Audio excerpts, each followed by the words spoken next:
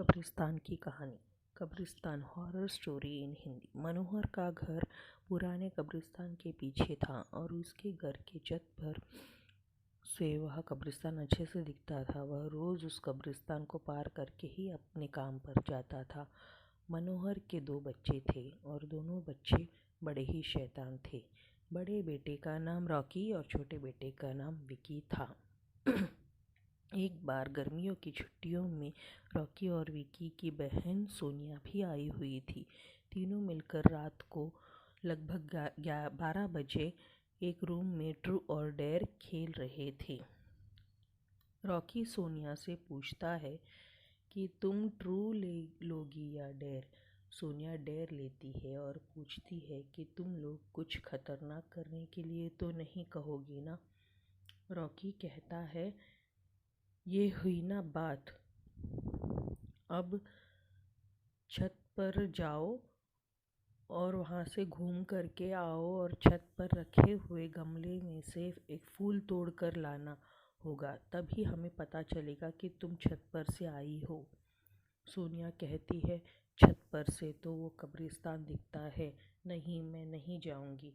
Rocky और विकी दोनों सोनिया को छत पर जाने के लिए ज़बरदस्ती करते हैं।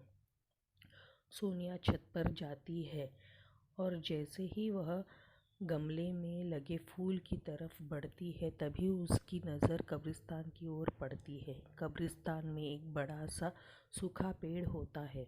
वह देखती है कि उस पेड़ पर एक सर कटी हुई उल्टी लाश लटक रही होती है।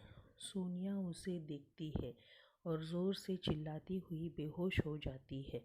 फिर जब सोनिया बहुत देर तक छत पर से नहीं आती है तो रॉकी और विकी दोनों डर जाते हैं और वह छत पर जाकर के देखते हैं तो पता चलता है कि सोनिया बेहोश पड़ी है। वो तुरंत मनोहर को बुलाते हैं और सारी बात बताते हैं। मनोहर डांटते हुए कहता है, तुम तीनों को ऐसा खेल खेलने की क्या ज़रूरत थी? और रॉकी, तुम तो जानते ही हो उस कब्रिस्तान के बारे में कैसी कैसी खबरें आती रहती है, फिर भी तुमने सोनिया को रात में छत पर जाने क्यों दिया? रॉकी कहता है, सॉरी डैड, मुझसे गलती हो गई, हम आगे से ऐसा नहीं करेंगे। तो मनोहर कहता है, और फिर कभी दोबारा ऐसा काम किया तो तुम दोनों को भी उसी कब्रिस्तान में छोड़ आऊँगा।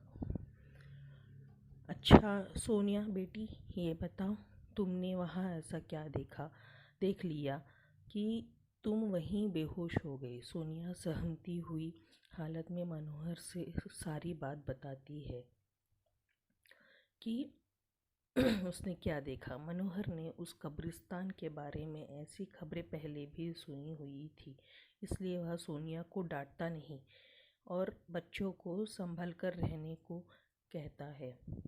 एक दिन मनोहर को काम से छुट्टी मिलने में देरी हो जाती है और उस दिन से उसे ऑटो भी नहीं मिलता। वह पैदल ही घर की ओर चल पड़ता है। इधर विकी और रॉकी दोनों आपस में बात करते हैं। रॉकी कहता है, विकी तुम्हें क्या लगता है, सोनिया ने जो कहा वो सच है? मुझे तो लगता है कि वो सिर्फ बातें बना रही है, वो उसका भ्रम होगा। विकी कहता है, अरे नहीं, तुमने उसकी हालत देखी है ना, एक दिन भी वह यहाँ रुकने के लिए तैयार नहीं थी। मुझे लगता है कि उसने सच में कुछ देखा होगा। रॉकी कहता है, चलो हम कब्रिस्तान में जाकर खुद ही देख लेते हैं। विकी कहता है, अरे भाई, तुम पागल हो तो नहीं हो गए हो? मुझे अपनी जान बहुत प्यारी है, मैं कहीं नहीं जाऊंगा और तुम भी मत जाओ। विकी के मना करने के बावजूद रॉकी नहीं मानता है और वह अकेले ही कब्रिस्तान की ओर चल देता है। कब्रिस्तान का दरवाज़ा खोलता है और अंदर चला जाता है। वह उस पेड़ की ओर भी देखता है जिस पर सोनिया को सर कटी हुई उल्टी लाश दिखी थी। रॉकी खड़े होकर उस पेड़ की ओर देखता है, तभी एक अदृश्य हाथ उसके पैरों को पकड़ लेता है। रॉकी डर जाता है और ज़ोरों से चिल्लाता है, बचाओ बचाओ, छोड़ दो मुझे, मुझसे गलती हो गई, मैं फिर कभी यहाँ दोबारा नहीं आऊँगा। दूसरे कोने पर एक कब्र होती है जो कि खुली हुई होती है। उसके ऊपर खून लगा हुआ होता है। वह अदृश्य हाथ रॉकी को खींच कर लाती है और उस कब्र में ढकेलने की कोशिश करने लगती है। रॉकी चिल्लाता है, छोड़ दो, मुझसे गलती हो गई, मैं फिर यहाँ कभी नहीं आऊँगा, मुझे मत मारो, मुझे जाने दो। मनोहर काम से पैदल घर पहुँचने वाला ही होता है। जैसे ही वह कब्रिस्तान से गुजरता है, उसे रॉकी की आवाज़ सुनाई देती है।